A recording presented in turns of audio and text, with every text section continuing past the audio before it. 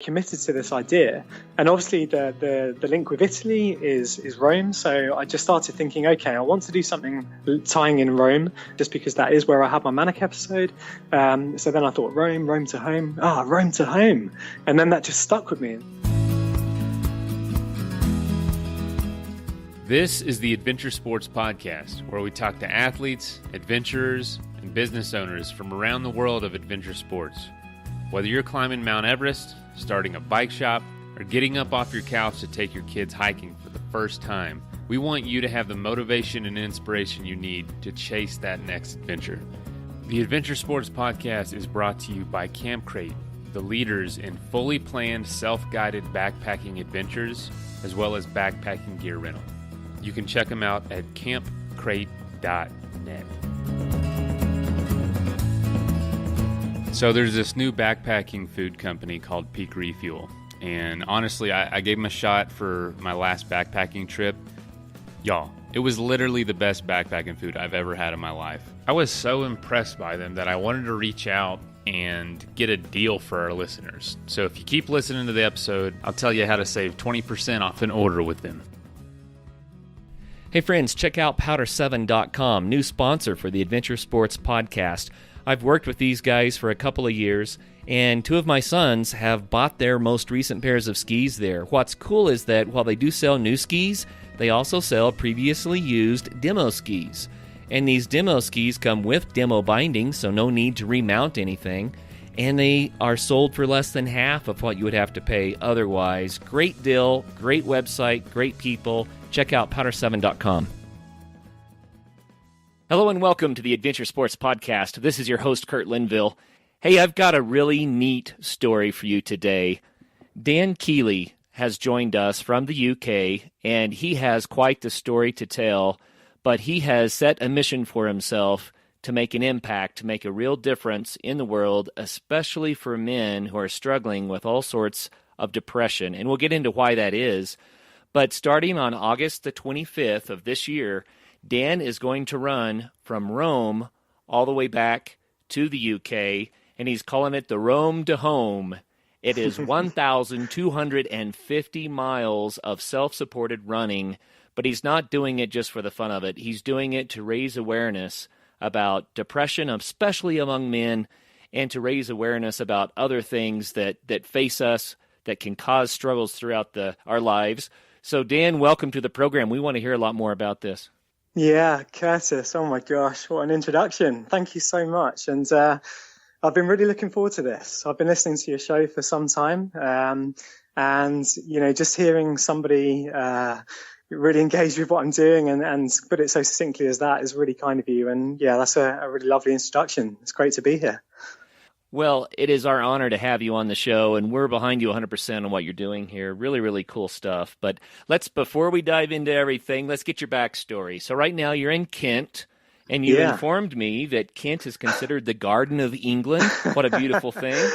So you live in Sevenoaks there. Tell us about Kent. Yeah, it's gorgeous. I mean, I grew up in the southeast of England, so the neighbouring county to Kent is called East Sussex. So I grew up on the south coast, not too far from Brighton, which is a pretty famous city on the south coast. So I grew up in Eastbourne, and it was an amazing childhood down there. I don't want to skip ahead too much, but basically after graduating from university, we moved into London, as many people do, obviously. Had a great, I think it was 6 or 7 years we spent around there bouncing around. And then, we just missed the greenery. And so we thought, what better place than to, as you say, move to the Garden of England. And, we've been down here in Sevenoaks for a year now, and it's just between our two families, and we couldn't be much happier. It's a gorgeous place to be. Very cool. And you also mentioned that as you were growing up, you were very active in sports, playing football, soccer, right? Football, lacrosse, and you ultimately became a ski instructor, which led to your current career. Yeah, that's right. That's right. I've always been super sporty, actually, Kurt. So I think it was always evident, from a really young age that I was going to be channeling myself into a career path within sport or sports development. I've always been really passionate about harnessing the power of sport and physical activity to get people active and ultimately for others to feel the benefits that I've enjoyed ever since I was a young kid. So, growing up, I remember being taken to tennis practice 3 times a week, football training and matches twice a week. If I wasn't doing that, I was down at the local judo club.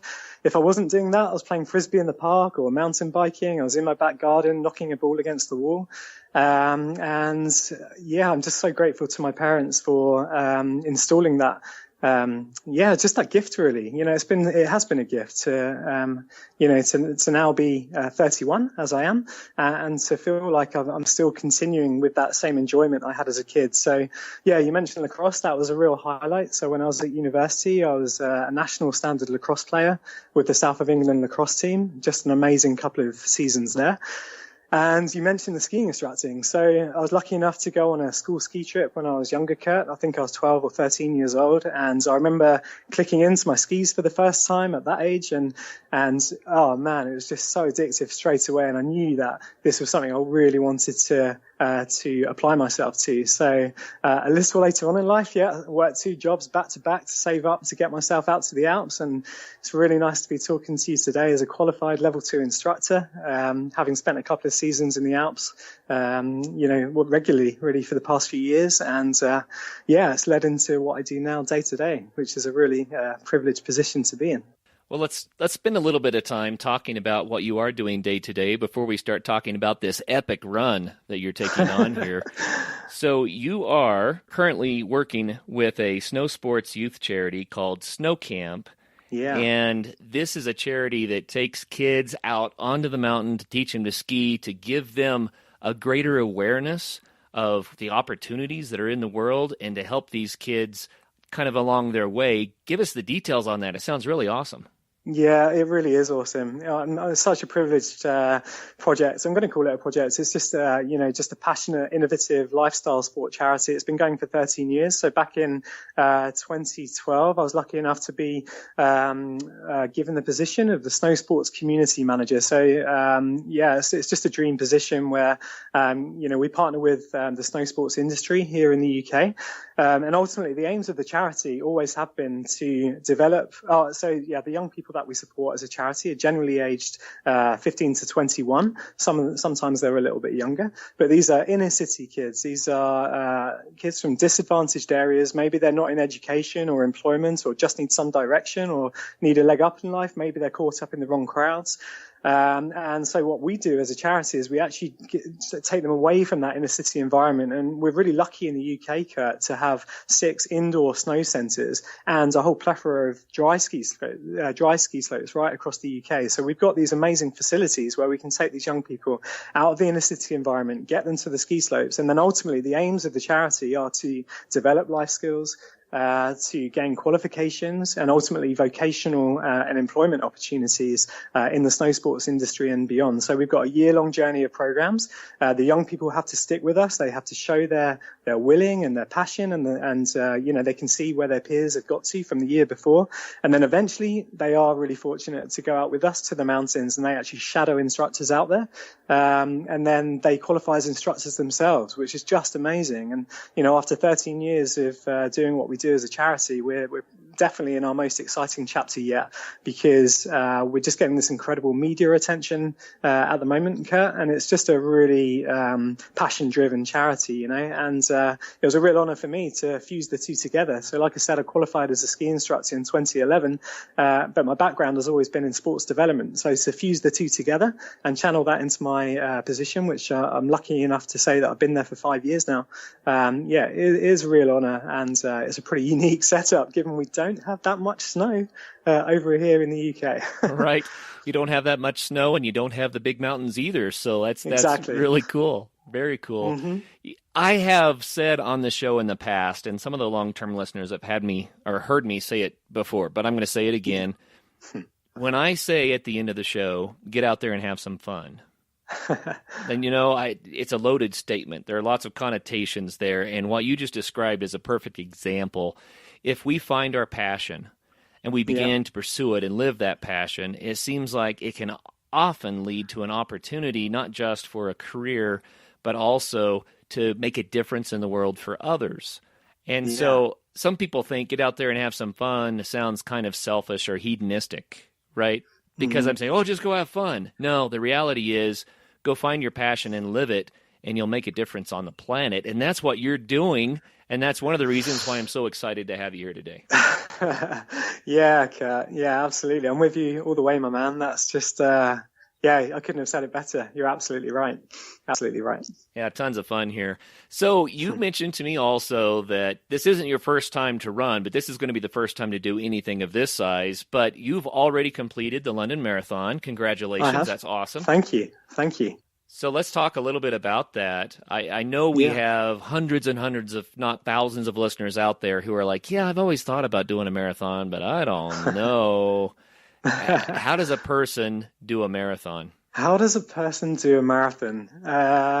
Do you know what the other first person who's asked me that question, Kurt? I think even when I did it, I don't think anybody actually said, "Oh man, could you tell me your secrets?" I don't think I had any secrets. So how can somebody do a marathon? I would. Do you know what? Actually, do you know what I would say, Curtis? Bearing in mind that the 2017 London Marathon is this Saturday. It's tomorrow. Wow. Or is it Sunday? Anyway, it's this weekend. So it's all good timing. This. If anybody hears this, either prior to this weekend or after this weekend, what I'd say to them is just tune in and have a look at the whole spectrum of people who are taking on the London Marathon, and just really listen to their stories and pay attention to the different caliber of people taking on these challenges, not just a marathon, but pay attention to all these, long distance challenges out there. Can anybody do a marathon? I don't know. I'm not the person to answer that question. But what I would say is just have a look at these, the whole range of different people doing it, and think, can you see a little bit of yourself in these other people? What are their stories? How did they get to the point of standing on that start line, looking ahead to do 26.2 miles, which is a long way. It is definitely a long way, but, listen to their stories, see if you can work out their secrets. And, perhaps when I'm chatting to people about Rome to Home shortly, Curtis, then, there may be one or two people out there that glean a little bit of inspiration from what I'm doing, and perhaps can join the dots like I have done to get myself to this position where I'm now 4 months away from taking on the adventure. So sorry, that's not a more articulate answer. I would never say I'm a professional with trying to advise people how to get to the start line of a marathon, but just see if you can glean some inspiration from others. That's I guess the best bit of advice I can give. I agree. I agree completely, because when people get inspired, then they're willing to try new things, and you don't have to run 26 miles the first time out the door, right? But what you can do is to begin to go out and do what you love to do and see where it leads you. So very, very for sure. fun. Absolutely. Just on that, Curtis, you just reminded me of something which I've always felt. I'm a massive fan of any project that shines a spotlight on the benefits of physical activity, any project. And of course, we had the London Games in 2012, and it was an amazing time for our country over here. I live just up the road from London, and it was just such an incredible time for our city. And then in the 6 months and the years, and even now we're 5 years on from there. I've always felt like, the stories of the people who got to where they were to take on to become an Olympian, that's just as powerful as the facilities. It's just as powerful as the financial backing to improve these sites or develop the Olympic Park. And we're talking about the legacy project there. But inspiration is a product in its own right, and I think the more people that can get out there and inspire others to do things, the better, especially in schools and with young people. So thanks for kind of reaffirming that, Curtis. It's great to speak to one of my kind. Oh, sure, you bet. We're on the same page for sure. So you have a special concern and care about the dangers of depression. I mentioned that in the interview, and you shared a statistic with me that says that 12 men take their lives every single day in the UK. Yeah. And so if you multiply that for the rest of the planet, that's shocking. We're talking about thousands of people dying because of special challenges, primarily with depression. And you have a unique story of your own that personalizes this a little bit. Would you be willing to share that with us? Yeah, absolutely. I could share this with you all day long, Curtis. I really could. Let's see what we can do in the next 45 minutes. So just to say on that, you say, that statistic, it cuts me up every time. It really does. And you can probably hear a bit of a tear in my voice. The fact that 12 guys today would have taken their own life in the UK. And it's just not good enough. It's just not good enough.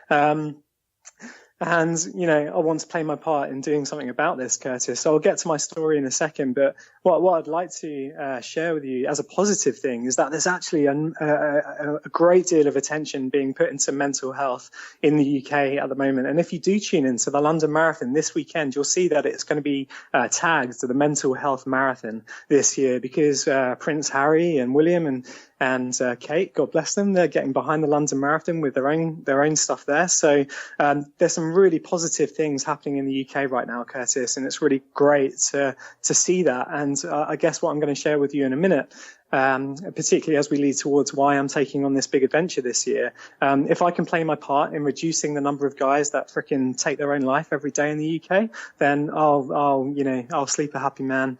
Hopefully I can make a bit of a difference. So sorry for that lead in there, but here we go. So where do you want me to start, Curtis? So let's start with what happened in Italy.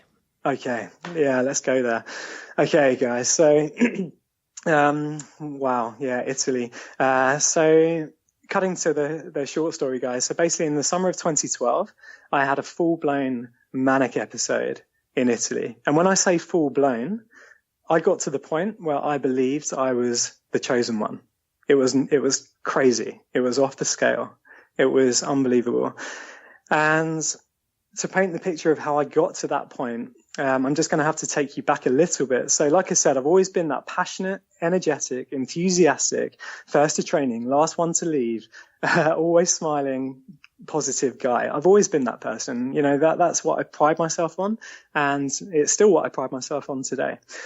So in 2012, like I said, Curtis, I managed to fuse my passion for snow sports together with my background in sports development.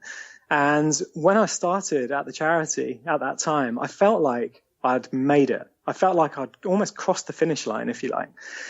And from that, from when I got the position and when I started on day one, I started having these great ideas I liked to think at the time of, the impact that I could have for the charity, and there's different events that we could develop and these partnerships that we could build and the thousands of young people that we were going to ultimately end up supporting as a charity. And I started reaching out to well-connected people to try and get their buy-in to some of my ideas. And I started just, I just had all these ideas that were just starting to flow out of me. And I started to feel like if I didn't get these ideas out of my system, I was just going to explode. So we're talking about January 2012.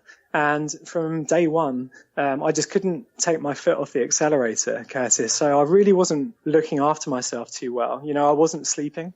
That, there were stretches where I'd go for almost 3 weeks straight, having 2 hours sleep a night.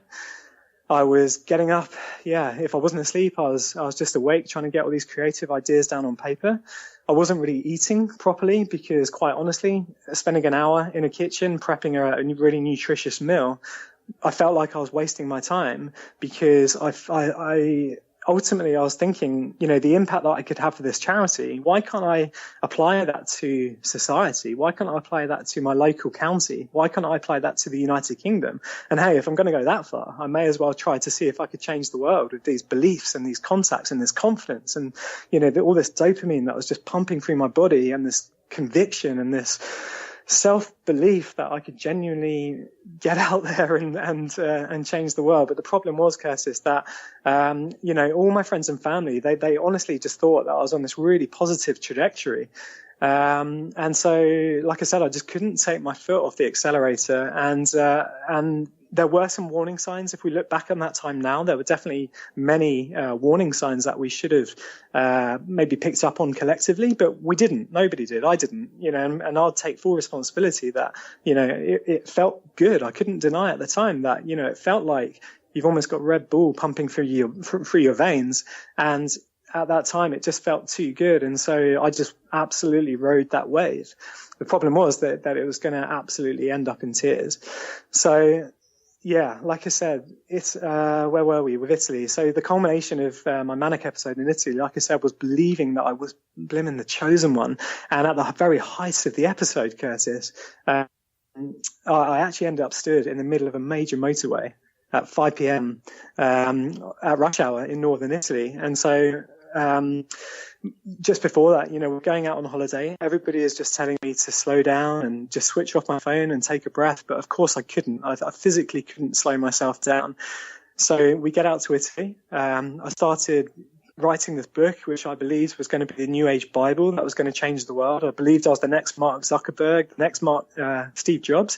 I was giving away my possessions. And then obviously, my fiance at the time, she obviously saw that things weren't right. So she called my family out. So my mother, God bless her, and George's mother came out to Italy. And during that time, George was trying to get me to a hospital. So on the way, we're driving along a motorway, and I felt like I had to change the world now, Curtis, because like I said, this was after 6 months of this adrenaline just pumping through my body, feeling like there's so much suffering going on out there, and I wanted to do something about it, and I want to do it now. And if I didn't, I was going to explode. So anyway, I get out the car, we pull the car over on this motorway. I'm just strolling down the hard shoulder. I stop the slow lane, I stop the middle lane, I stop the fast lane. And I felt like this was it. I'm the one who's going to show the world how to slow down and follow. I know, and slow down and follow their hearts. And believe it or not, I took pretty much all my clothes off. I was just down to my khaki shorts, and I let one car go at a time, clapping them on just to take a breath and slow down and follow their hearts. And the irony of this is that I'm trying to go at super speed. I'm trying to go at light speed to try and make the world slow down. That's not the way to go about it. If you're going to go about something like that, that is certainly not the way to go about it, people. So after that time, obviously, the police cars are there, the ambulance is there. I then get taken to a psychiatric ward, and I then spent the next month basically in psychiatric wards, both in Italy and back in the UK. And it was really clear that I was about to be given a diagnosis of bipolar. So now we're now back in the UK. Fortunately, I had some great British nurses that flew out to bring me back. And then, like I said, I then get the diagnosis of bipolar disorder in July 2012. Wow. So like I said before, Peak Refuel is a new company making freeze-dried food. And it's literally the best freeze-dried meals I've ever had. You can use it for backpacking, camping, hunting, whatever you want to use it for. And these folks are the real deal. They spent over 2 years researching the market and creating the perfect recipes, and it is just absolutely awesome. I used the meals on my last guided trip. The people on the trip could not even believe that it was freeze-dried food. Literally, you put a cup of water in, it's like a cup or cup and a half. It's not very much water. And it tastes like it came from a restaurant. That's how good it is. If you're interested in ordering some yourself, you can get 20% off by going to peakrefuel.com and use ASP20 at checkout. I encourage you, go get some, try it for yourself. It's amazing.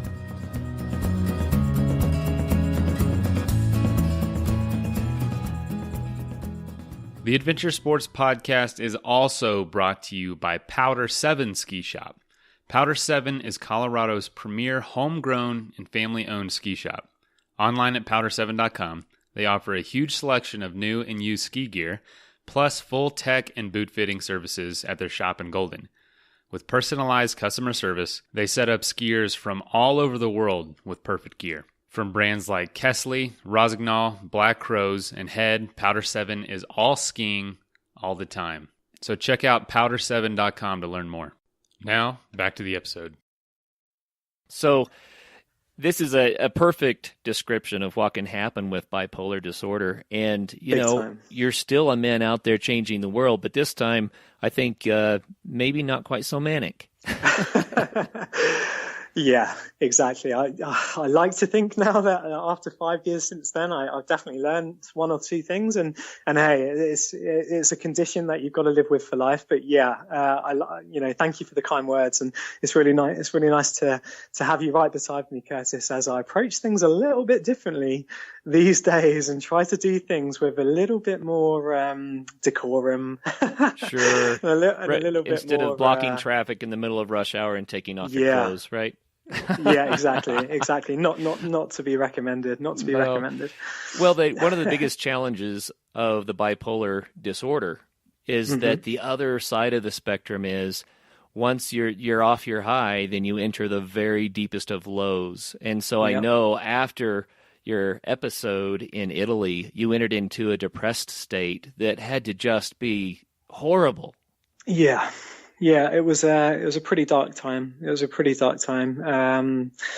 And if you can just imagine, Curtis, or any of you guys listening to this right now, imagine if you woke up tomorrow morning and you genuinely believed that you were the chosen one. You had all the answers. You had so much conviction in every single atom going through your body. You had so much belief and self-confidence in everything that you represented. And then you wake up a month later, having been pumped full of drugs just to slow you down and make you eat and sleep and eat and sleep and eat and sleep and slow yourself down. Imagine them waking up and realizing all of that was just unreal. It wasn't reality. And so you start questioning yourself. And then you start questioning everything. The whole reason for being here, just the whole reason for being alive. What's the point? What is the purpose of being on the planet? And going down to the macro level, I had so much fear in every single word that was leaving my mouth because I didn't have any conviction in myself anymore. I didn't believe myself. I couldn't trust myself. And obviously it was such a dark time. It really was. I'm fine over here, Curtis. I'm just taking a breath. It was so dark. And the medication was it took me basically 3 years to find the right medication that would work for me. And there were some desperately terrible periods where I was being given medication and I couldn't feel anything. I wasn't even sad. I wasn't sad, but I couldn't smile. I couldn't cry. I couldn't laugh. I couldn't giggle. I couldn't weep. And I was just empty. And it was the darkest time. And that was the worst part, when I couldn't feel any emotion because these drugs just weren't quite working for me at that time. But to turn this back into a positive, Curtis, I'm now speaking to you in the summer of 2017, and I couldn't be any happier with my lot. I couldn't be happier with the people around me and the love and support and professional guidance that I've been given. And like I said, it's all about the people. It's all about the people. But, with time and building great people around you and being kind to yourself, discarding anything which just isn't helping you, whether that's responsibilities or, for me, physical possessions. I got rid of things which just weren't adding value to my life. I basically started this process of simplifying my life and actually discovered a movement called minimalism, which really does work for me and my mental health, which is basically the practice of discarding anything which doesn't add value to life. I want to just rewind a little bit because I want to come back to minimalism because I think that it's an amazing approach to living. But first, I wanted to say thank you for sharing with us in such a real way. Thanks, the experience that you've had and being that open with us. I know that there are others out there who are looking for some hope and some direction and what to do. And hearing your story can help to give them maybe some insights that can help to lead them to that better life that you're now describing. Sure. And let's come back to minimalism in a minute, but I want to tie this in first to how this led to this epic run.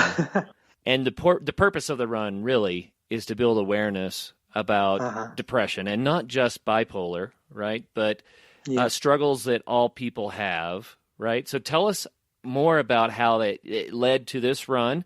And then I also want to talk about the organization that you're working with, which is CALM, CALM. Yeah, I'm on the process of recovery. So, I'm feeling much fresher about myself in 2013. We're then going through 2014, 15. I'm feeling really positive again.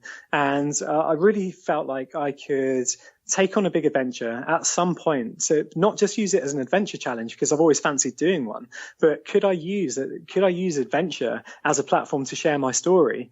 And could I use it to raise awareness about a charity that I'm super passionate about, and ultimately to show other people with mental health issues that we can absolutely live life to the full and get out there and do these things with the right love and professional guidance and time and all that other stuff around us. And so one of my graduate jobs, actually, Curtis, was spending a lot of time on Google Earth. So I was a researcher researching sports facilities for a couple of years.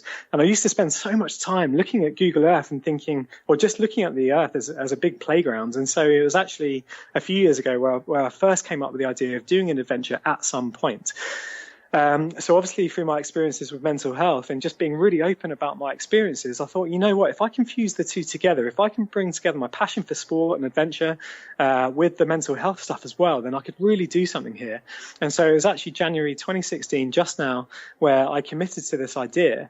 And obviously the link with Italy is Rome. So I just started thinking, okay, I want to do something tying in Rome or Italy as a country, just because that is where I had my manic episode. So then I thought, Rome to home. Rome to home. And then that just stuck with me. And so from January 2016 till now, I haven't gone a day without thinking about it. And here I am now, 4 months away from standing at the Colosseum. And I just can't wait to get started on August the 25th. And I'm going to have my family around next to me, and I'm going to be looking north and just being really excited to basically use this adventure that I'm taking on to share much more of this, Curtis, really, probably with less blabbering. Sorry about that. You're fine. I'll be a bit more succinct then, hopefully. But use this adventure as a platform to share my story, because, adventure running or taking on these things do definitely shine a spotlight on the individual. But this certainly isn't about me. So, the reasons for taking on the adventure are, of course, the adventure in its own right is super exciting, but this is absolutely as much an awareness-raising challenge as it is an adventure challenge.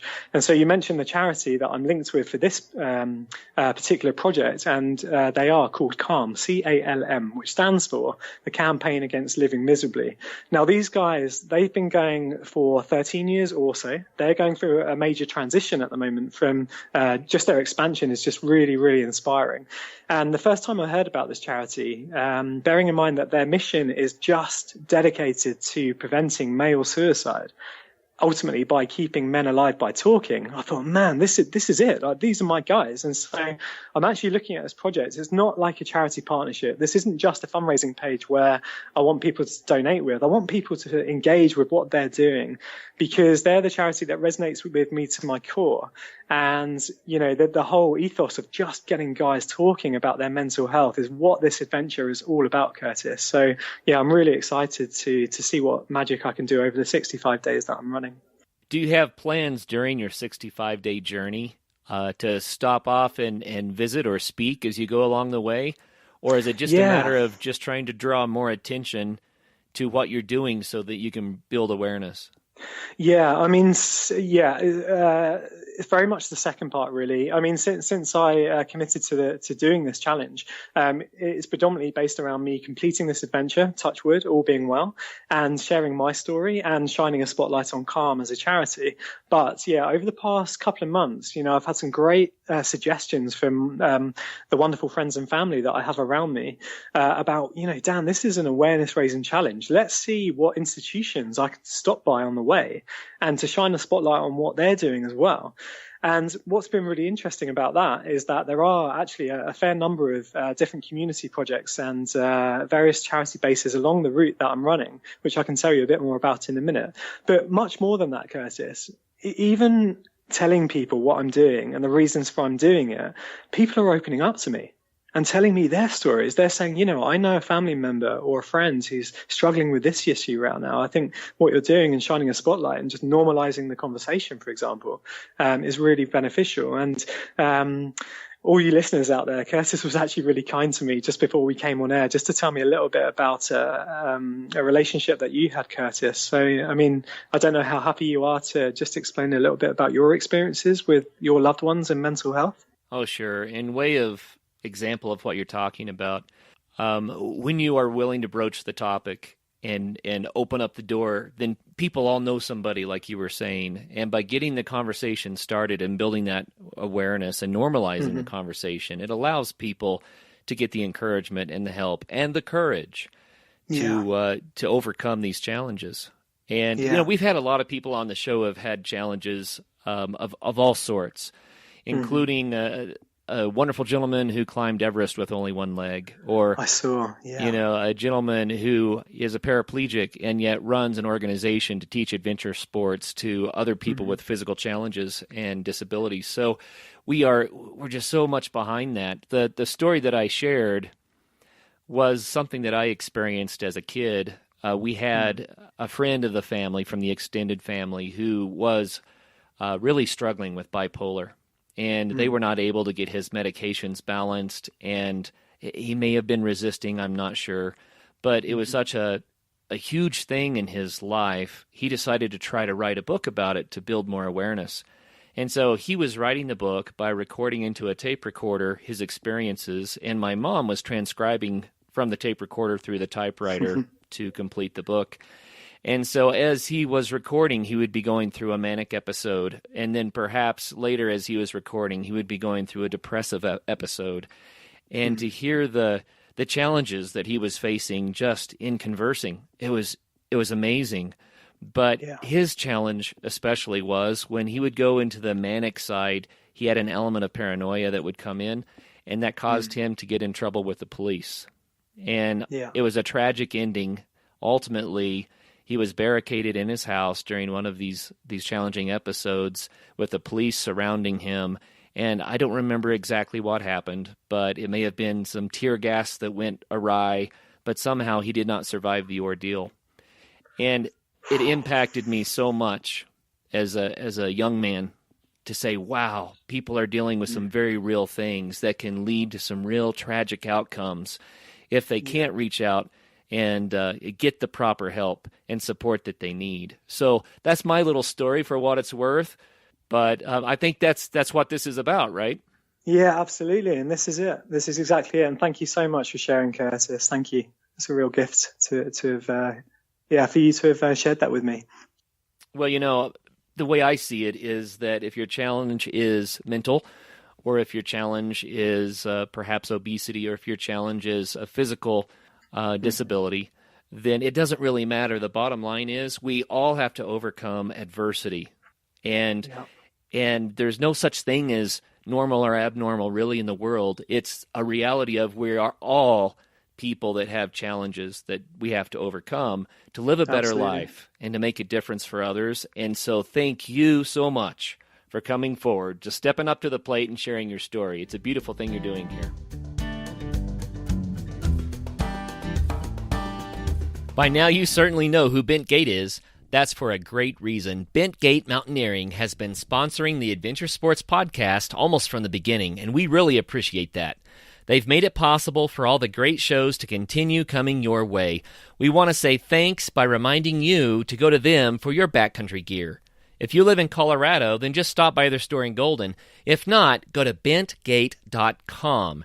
They have what you need, from the latest ultralight gear to the tried and true classics for climbing, hiking, and camping, like Arc'teryx, Hilleberg, Nemo, Western Mountaineering, and many more.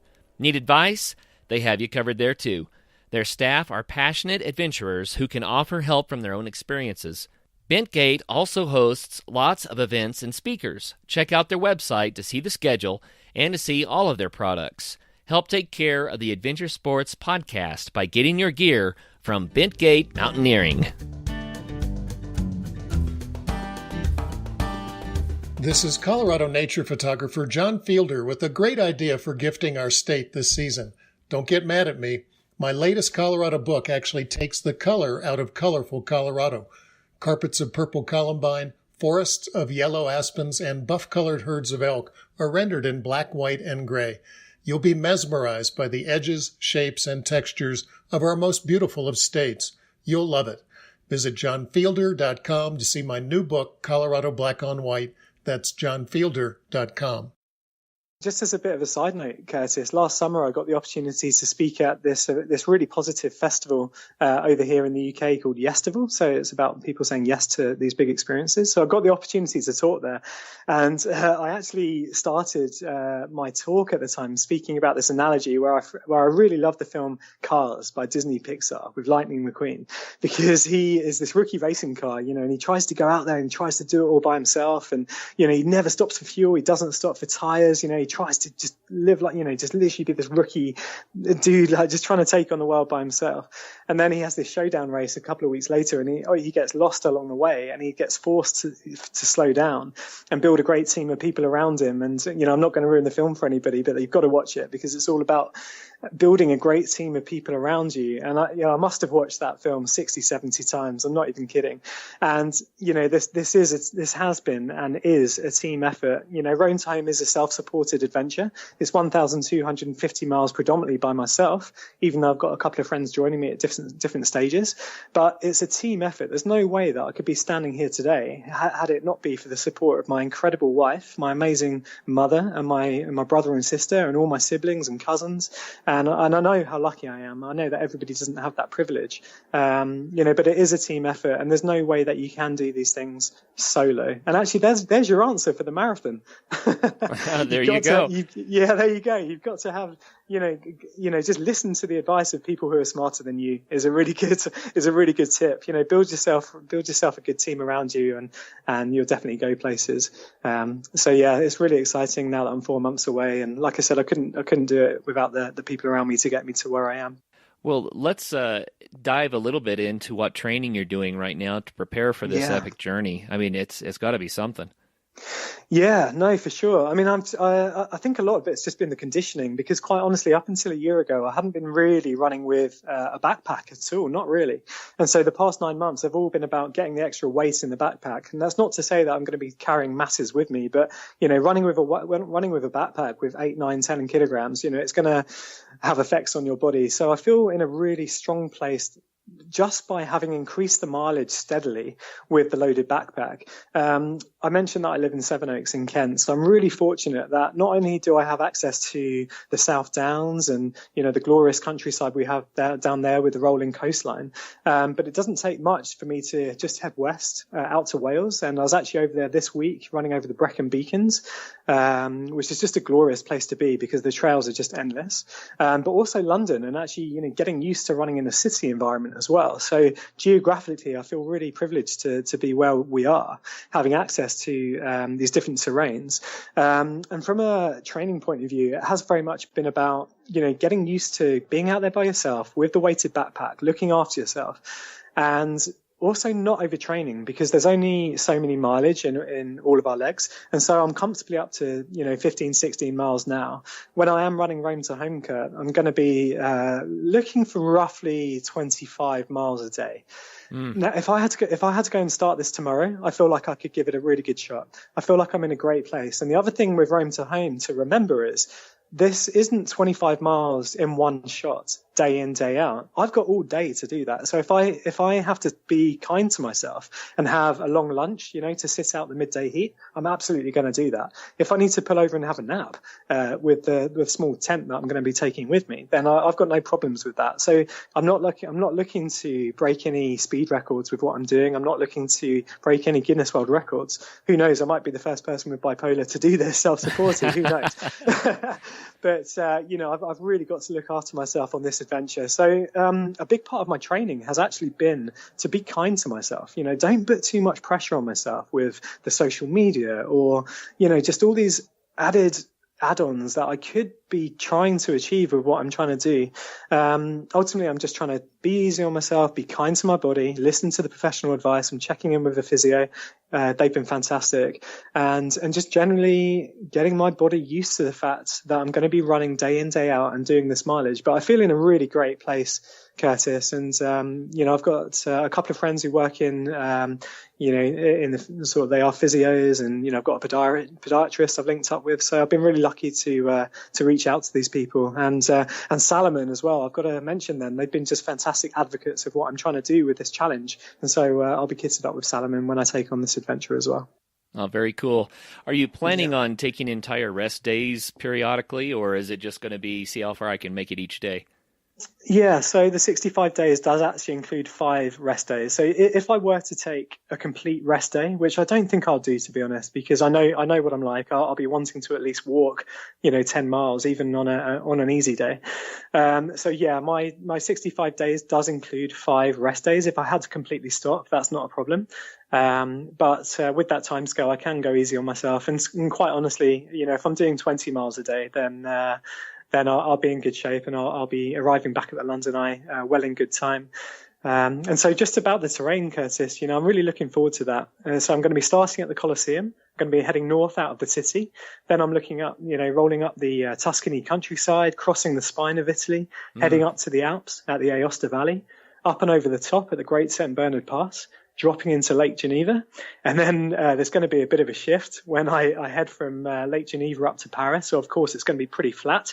So, I'm going to be lining up so many episodes of the Adventure Sports podcast to listen to to keep me ticking along. I'll be crossing the channel to Newhaven, which is right by Brighton on the south coast. Of course, it's Rome to home. And then I'll be kicking around my home county, stopping by my old secondary school, giving a talk with all the pupils there, getting as many of them to run a mile with me as well. And then I'm going to be heading north to finish up the London Eye towards the end of October. And as I talk about that, it's just so exciting. And, my laptop's open in the corner. I can see my route mapped out on Google Earth, Curtis. And it's just really nice to feel that you're going to be there with me. And I'm going to have so many people with me in spirit.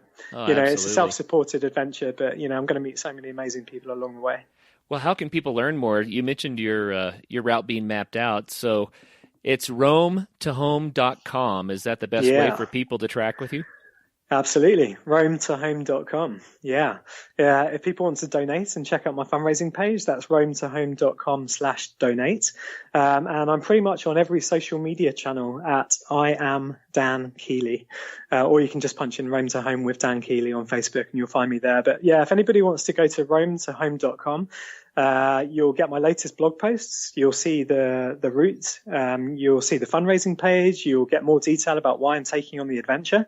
And of course, you'll have all the links to these amazing podcasts that I'm being featured on. None more so than this one, Kurt.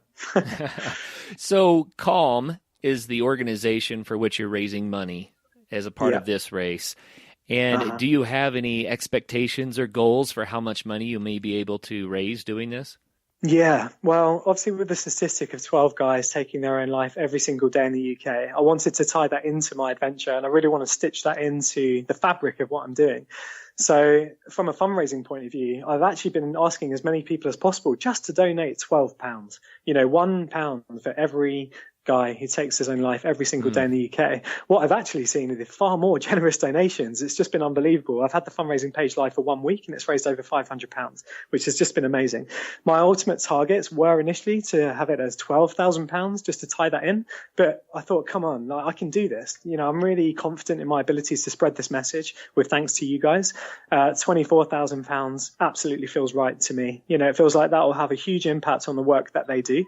They have to cover their overheads are relatively small as a charity, but they do have to keep their hotlines open, the web chat service, and these services genuinely do save lives. So if we can raise 24 grand, man, I'm going to be so happy with that. And I really wanted to see if I can even smash that, Kurt. I've got high hopes for this. So if anybody wants to engage with that, head on over to RomeToHome.com and please just join me for the journey because, we really can save guys' lives with this. Yeah, absolutely. What a beautiful thing to do, and thanks for sharing it with us. And you heard them, listeners, 12 pounds or more, right, or more.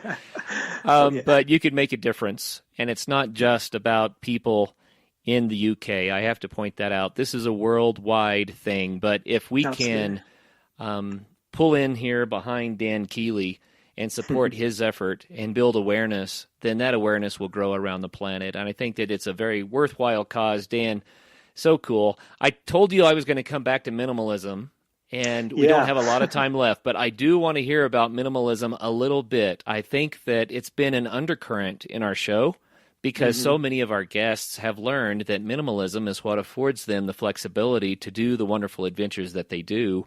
So real briefly, what is minimalism and how has that helped you? Yeah, of course. No, thanks for going back to this. Just really briefly. So, a really good place to start, guys, is to check out the minimalists.com. They're basically leading the way with the whole movement.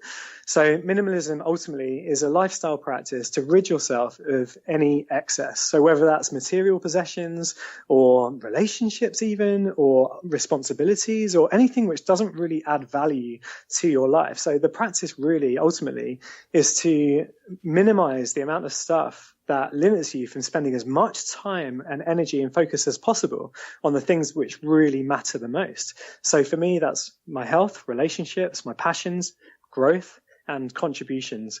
And so if I can eliminate as many things around me as possible to spend as much time doing that stuff, then for me, that's hugely benefited me mentally. You're discarding anything which just doesn't add value, and ultimately so you can spend as much time and focus doing the important things. And of course, from a material possessions point of view, so many of your listeners will know that, if you can knuckle your kit down to the essentials, then ultimately you're going to feel lighter. And it means you can travel further with more enjoyment and a bigger smile on your face. So let's just try and see if we can discard a few things and have a bit more of a spring in our step as we get out there and have some fun. Well, thanks for that. I'm glad you gave that perfect definition of what it is. I'm a believer in minimalism, though I can't claim to be a great practitioner yet. We keep trying, right? But it's a journey, and the thing that's so beautiful about it is that it flies in the face of this Western consumerism type approach to living, which more and more people are realizing doesn't satisfy, right? It's not an answer. More stuff doesn't make us happier. It doesn't bring us more joy. And what you've found is that by simplifying, it allows you opportunities to do something so much more beyond yourself. And so What you're doing here with this Rome to Home run, raising money for Calm, working with the Snow Sports Youth Charity, Snow Camp, all of these things, making differences in others' lives because you've chosen to have a little less selfish life of your own. So what an example. Thank you, Dan. We appreciate that. Thank you, Curtis. And thank you also for your time and your candidness being on the Adventure Sports Podcast today. Yeah, it's been a real pleasure. Can't wait to keep you guys posted. Thanks so much. You bet, and we will be in touch and following you online as you take off on your journey. And so all the best. We wish you Godspeed, and may the wind be at your back. Thanks so much. Love to you all. Thank you, Curtis. You bet. And for all of our listeners out there, you know what I'm going to say, but now you know a little bit more about what it means. Get out there. Have some fun. Awesome. Hey, thank you so much for listening. If you know somebody that would make a good guest on the show, or if you have a pretty cool story about the outdoors or adventure sports that you want to tell us, please call us and leave a voicemail at 812-MAIL-POD. That is 812-624-5763. You can also send us an email at info@adventuresportspodcast.com. Again, it is always helpful to leave us a review on iTunes. And if you'd like to be a supporter of the show, you can give $5 a month at patreon.com/adventuresportspodcast. And links for all that stuff is also in the show notes. So thanks again for listening. And y'all get out there and do something so you can be on the show one day. All right, later. Don't forget, if you want to save 20% off the best backpacking food you're ever going to eat, go to peakrefuel.com and use ASP20 at checkout.